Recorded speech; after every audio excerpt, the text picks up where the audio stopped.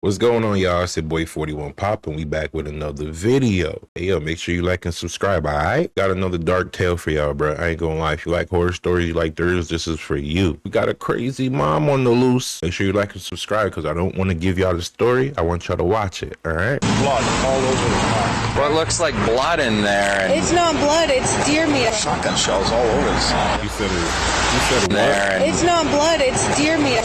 It says dare beat. She says dare beat. Shotgun shells all over the side. She shot a deer, man. Holy.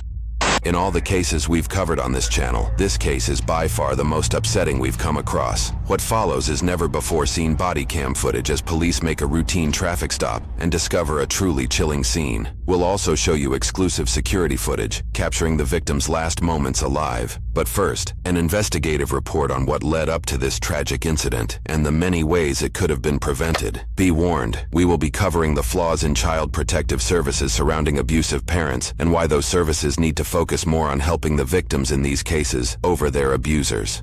This may seem straightforward, but domestic situations can become very complicated in cases where the abuser is the parent of a victim. Let's step back a moment and get some background on what exactly led up to this heinous crime. In December of 2015, Julissa Thaler and Tori Hart's child, Eli Kenneth Alejo Hart, was born. However, their relationship quickly went south. Court summons suggest that Julissa has a long history of substance abuse, including suspicions that she exposed Eli to a controlled substance while she was pregnant. The next line in the summons mentions Eli's genetic disorder, Townes-Brocks syndrome, which left baby Eli with hearing loss and cleft feet. At this time, Julissa filed police complaints against Tori. She later admitted to the complaints being false, and that because of her mental health issues, she constantly accuses Hart of things that he doesn't do. After years of custody battles and allegations of abuse, Julissa and Tori undergo court-ordered evaluations. For years, Julissa gains custody of Eli, but struggles with homelessness.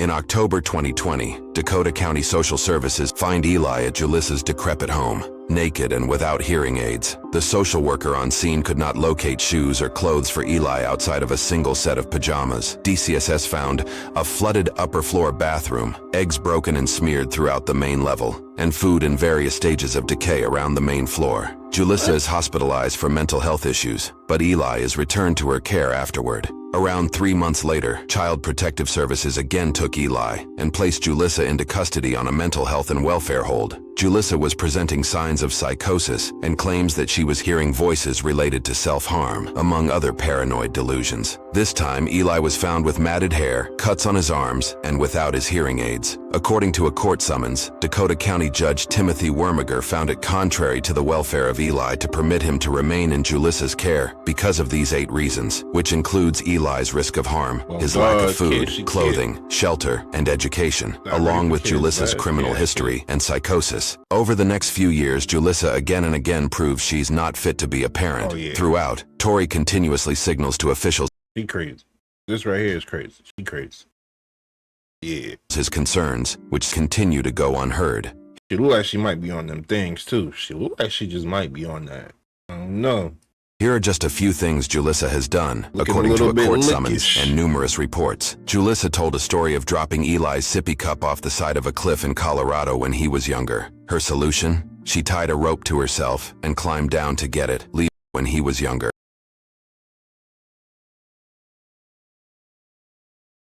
Yo, she crazy. She crazy. What? What the fuck? Julissa told a story of dropping Eli's sippy cup off the side of a cliff in Colorado when he was younger. Them Colorado clips, no joke. A sippy cup. You gotta get that, man. That shit worth like $1 million. Her solution? She tied a rope to herself and climbed down to get it, leaving Eli unattended, open to the possibility of him falling off the cliff to his death. Nah, that sippy cup important, dog. That sippy cup important as hell. During visitation, Julissa berated Eli for the problems in her life and relationship, blaming him for the rotten food in her home, even after rotten food continued to exist in her household, after Eli was taken into home, even after That how mold is formed? rotten food in her life and relationship, blaming him for the rotten food in her home. That's a tomato. Even I after know this. rotten I know food this. continued to Yeah, exist in her tomato. household after Eli was taken into foster care, Julissa told a social worker she can't eat or sleep and that she was living off Mountain Dew and cigarettes. After Julissa's visitation, Yo, my coach used to love the nectar, dog. Don't disrespect the nectar. sleep and that she was living off Mountain Dew and cigarettes. After Mountain Dew and cigarettes is crazy, though. That is crazy. Julissa's visitations, Eli would have bathroom accidents, which was not typical for him. Julissa showed Eli disturbing videos she took of cat feces, along with images of naked women. Julissa gifted Eli a smart watch of cat feces, along with images typical for him. Cat feces? What? Julissa showed Eli disturbing videos she took of cat feces, along with images of naked women. Julissa gifted Eli a smart watch. They had to add in that. They had to add in that along with images of kicks. That's for Cat kicks right feces, there. along with images of naked women. Julissa gifted Eli a Act like you ain't say cat feces, nigga. That's crazy. smart watch and would call and text him during Tori's visitation time. In the time Julissa needed to better herself for the court to gain custody of Eli, she had the police called on her over 20 times in a 10-month span. Julissa set up a noise machine in her home because she believed neighbors were spying on her. Julissa submitted numerous false police reports of Tori, claiming he was stalking her and was on methamphetamines. Both these accusations and more were Seen a movie about this woman. Definitely seen this movie. disproven. During DCSS visits to her home, Julissa was found to be raising ducks in her living space, despite her attempts to. Yo, when you thought it couldn't get any weirder, it gets weirder, man. It gets weirder, man. What the fuck, this bitch raising ducks in her living room? Amphetamines. Both these accusations and more were disproven. During DCSS visits to her home, Julissa was found to be raising ducks in her living space, despite her attempts to hide them during inspections. You tried to hide the ducks? Nah, you can't hide the ducks, dog. You tried to hide the ducks from DC. Oh, Separate shit. landlords kicked her out for causing problems. Julissa reportedly drove erratically when dropping Eli off at school, speeding on multiple occasions, and supposedly left tire marks on school grounds. While at school, Yo, white people get away with anything. White people just get away with anything, huh? What the fuck? speeding on multiple occasions, and supposedly left tire marks on school grounds. Left tire mark on school grounds. You know there's a cop there too. That nigga just said, be white. Lords kicked her out for causing problems. Julissa reportedly drove erratically when dropping Eli off at school, speeding on multiple occasions, and supposedly left tire marks on school grounds. While at school, Eli told teachers he didn't sleep the night before when he was with Julissa. His behavior also reportedly dropped dramatically at school when he was under her care. Julissa lied to the court about buying tickets to Disney World and did so in hopes that it would expedite the custody process to allow her to leave the state with Eli. Julissa stole prescription drugs, and during court-ordered drug test, she consistently failed. She also failed to keep up with court-ordered therapy sessions and parenting classes for over a year, and was given multiple 60-day extensions by the court to fulfill those requirements. Throughout all of Julissa's troublesome actions, Tori voiced his concerns for years to officials for the sake of Eli's safety. According to a court summons, here's some communications Tori sent to officials about his custody case and Julissa's actions. I do have concerns with her mental state that she could do something drastic. The whole purpose of this is to protect Eli, yet I feel he is now being put at risk. What kind of damage is this doing to Eli? This is terrifying to me and upsets me that Eli continues to have to go through this. How is this okay? How will Dakota County monitor Eli's safety and well-being now? Eli is in danger every day he is with her. My son is not safe with her. Who is protecting Eli? Even Eli's caregiver addressed concerns to officials saying, I feel so bad for Eli. I feel he will be injured or worse being back with his mom. Due to Julissa's false allegations against Tori, he agreed to comply with a safety and permanency plan in order to secure permanent custody of Eli. This included completing domestic violence and parenting classes, randomized drug testing, a mental health assessment, and adhering to an order for protection. In contrast to Julissa, Tori fulfilled all requirements. She had to do, she had to do the same thing. She failed every single one of them.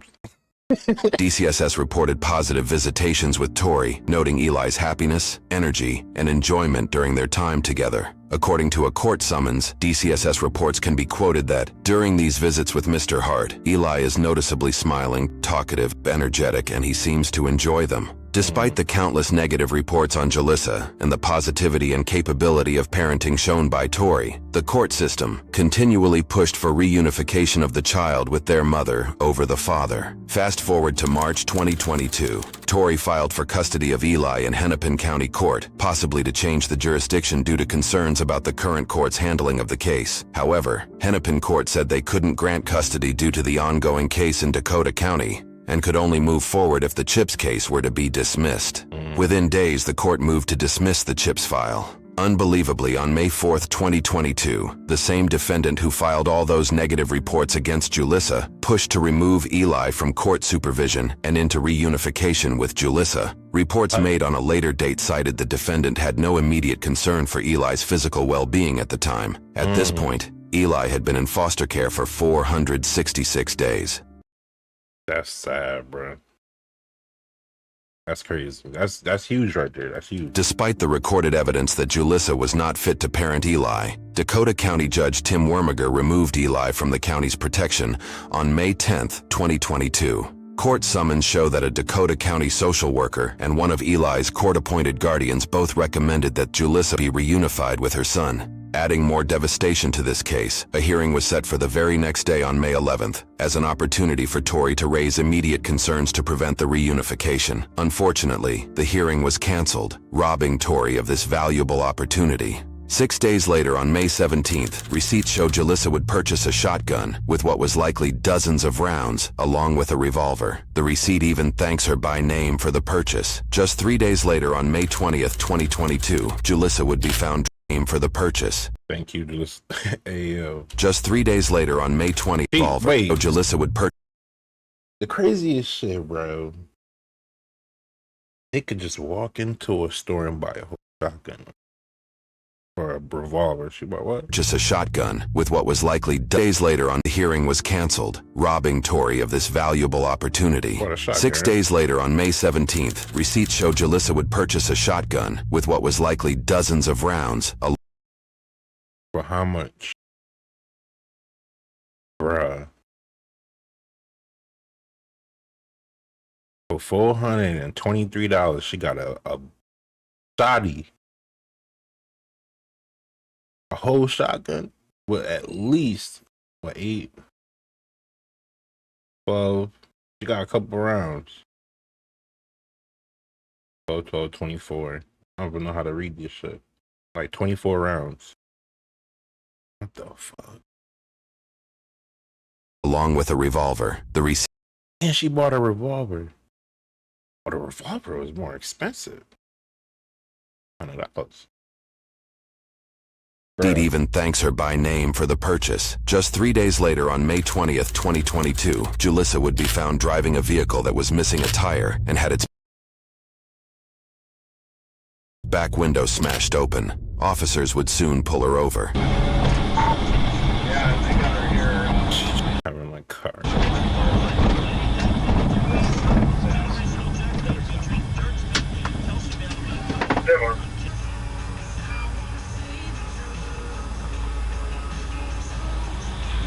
Yeah.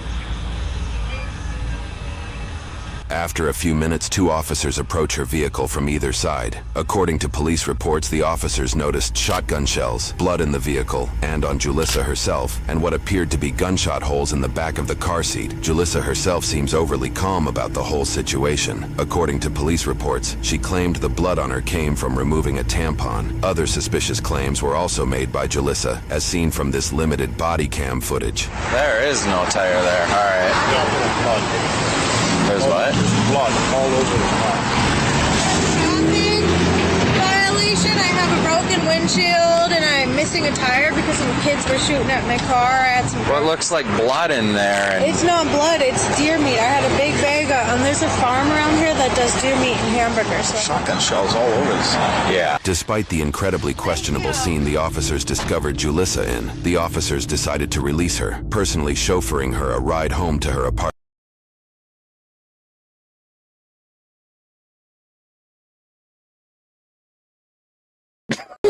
Yo. What the fuck?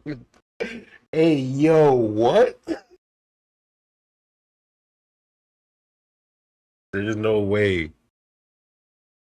There's no way. There's no way. There's no way. There's no way. There's no way. There's absolutely no way. There's no way. Julissa in, the officers decided to release her, personally chauffeuring her a ride home to her apartment. The officers who work in Hennepin County, home to Minneapolis, also may have feared getting a complaint from the woman, factoring into their decision-making. Her officers Shotgun. It's deer meat. I had a big bag of, there's a farm around here that does deer meat and hamburgers. So Shotgun shells all over. kids were shooting at my car. I had some First off, she said kids were shooting at her car. broken windshield and I'm missing a tire because some kids were shooting at my car. So clearly she just said she was in the whole shootout. That's what she was saying. I was in the shootout, so, you know, I missed the tire. Windows fucked up, you know. A regular day. Blood all over the car. Shotgun shells in the car. It's a regular day. I had some This nigga scratching his head. broken windshield and I'm missing a bald tire because some kids This bald bitch scratching his head don't know what the fuck to do. How the fuck did you become a... Bruh, I'm fucking sick. were shooting at my car. I had some... What looks like blood in there. And It's not blood. It's deer meat. I had a big deer bag meat. of, there's a farm It's that easy. That easy. It's deer meat. around here that does deer meat and hamburgers. So shotgun shells all over us. Yeah. Despite the incredibly questionable scene the officers discovered Julissa in, the officers decided to release her, personally chauffeuring her. Gave her a ride home. They just gave her a ride home. They're like, fuck it, you know what? You good. We're gonna tow your shit, make sure your shit good. Gonna clean all the blood out, you know what I'm saying? Gonna give you a ride home. Where you live at, man? Alright, we got you. No cups, you good. Her a ride home to her apartment. The officers who work in Hennepin County, home to Minneapolis, also may have feared getting a complaint from the woman, factoring into their decision-making. According to news reports, the search warrant for Julissa's vehicle indicated the police released her because she was growing impatient, cold, and refused to sit in the squad. Back at the blood-soaked vehicle, officers developed probable cause and did a deeper search of the vehicle. Okay. We got a body. All right, let's cover it. According to reports, They done sent the woman home. They done sent the woman home. The little boy in the goddamn trunk. She done killed the little boy. developed probable cause and did a deeper search of the vehicle. Holy. We got a body. All right, let's cover it. According to reports, officers rushed back to the apartment where they just dropped Julissa off. They Orono- discovered she was no Orono longer Police there. Department. She left a washing machine. Nigga, why would she be there? Why would she be there? Why would she be there? Y'all dumb as... Hey, yo. Y'all the dumbest motherfuckers. Why would she be there, nigga? Why would she be there? We got a body. All right, let's cover it. According to reports, officers rushed back to the apartment where they just dropped Julissa off. They discovered she was no longer there. She left a washing machine running with what was later determined to be filled with the clothes she was just wearing. Soon after, officers located Julissa leaving the area on foot, and she was placed under arrest. Officers then observed that she had what appeared to be brain matter in her hair. Based off witness statements and off the physical damage her vehicle left on the road, officers were able to track the past movements of the vehicle. Along this route, they found multiple locations where blood and brain matter had been discarded. One dumpster had a bloody child booster seat that had sustained damage from a shotgun blast. In another dumpster, officers located a backpack, blood, bone, and what appeared to be more brain matter. We've elected to not show the photos containing blood or human remains. In court, more shocking evidence would come out against Julissa. According to a source from CARE 11, these are some of the search terms from Julissa's browser history, which includes how much blood can a 6-year-old lose, how life insurance investigates a death claim, and how much does life insurance pay for a dead child, among other damning searches. It was later determined that Julissa had shot Eli 9 times in the head and torso area of his body, likely while he was strapped in his car seat. Thorough work by police and detectives also uncovered surveillance video showing Eli being escorted by Julissa in the moments prior to his murder. The video, which shows the boy smiling and playing, would tragically be the last video of the child. At one point, Jalissa's own grandmother and father even disagreed with the handling of the custody case leading up to the murder. Jalissa's grandmother claimed Tori doesn't have a mean bone in his body, and said of her granddaughter Jalissa that she is good at manipulating people, and I blame the court system for not helping her out. We all told the social workers that she needs to be institutionalized, not just for a month, but maybe for a year or more. But nobody listened. Jalissa's father said, I gave the judge her detailed mental health history. I told him that she was displaying paranoia and auditory hallucinations. I said I feared for Eli's safety. It all fell on deaf ears. Jalissa did not mince words with how she felt about the situation. Ms. Stoller, you have a right to speak this morning if you'd like. You don't have any obligation to speak, but if you'd like to choose to speak, now is the time to do it. Yes, I would like to say something. Go ahead. I'm innocent. You all, you're garbage. That's all you're on. Clearly, Jalissa's lawyer isn't too happy about her choice of words. Ms. Stoller, I don't know that that's appropriate here. Sorry, I told you what somebody else can. Julissa Thaler was sentenced with first-degree predetermined murder and second-degree intentional murder for shooting Eli no less than 9 times. She has received life in prison without the possibility of parole. Currently, Tori is in the process of suing the defendants and a caretaker of Eli, who continue to suggest reuniting Eli with Julissa. That outcome is yet Bro, he need to sue the whole fucking department. Nigga, he need to sue all of them. to be determined. Unfortunately, this is not the only case of this nature that was mishandled by Minnesota, and more specifically Dakota County and Ramsey County Child Support Services. Most recently, Child Protective Services has again come under scrutiny after allowing a parent with a violent history custody of his children. In this case, it was a father who won custody and would later go on to shoot and kill 2 Burnsville police officers and a firefighter with a rifle on Sunday, February 18, 2024, while 7 of his children were with him. The standoff ended when the father took his own life. This interview, conducted by a source from CARE 11, shows the frustrations that the mother of some of the children has with the way her custody case was handled. Even though their dad is this monster, that's still their father.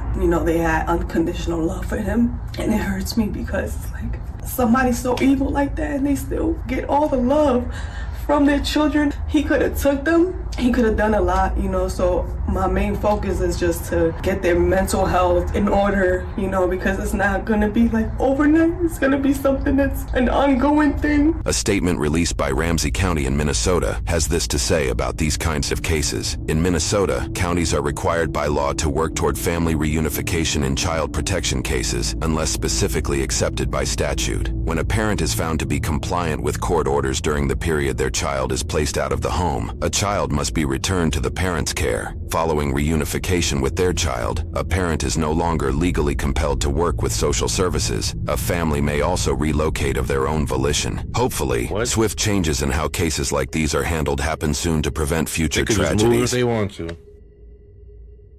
Hey, sad, bro. Ramsey County need to get their situation fixed. Please like and subscribe for more. Peace.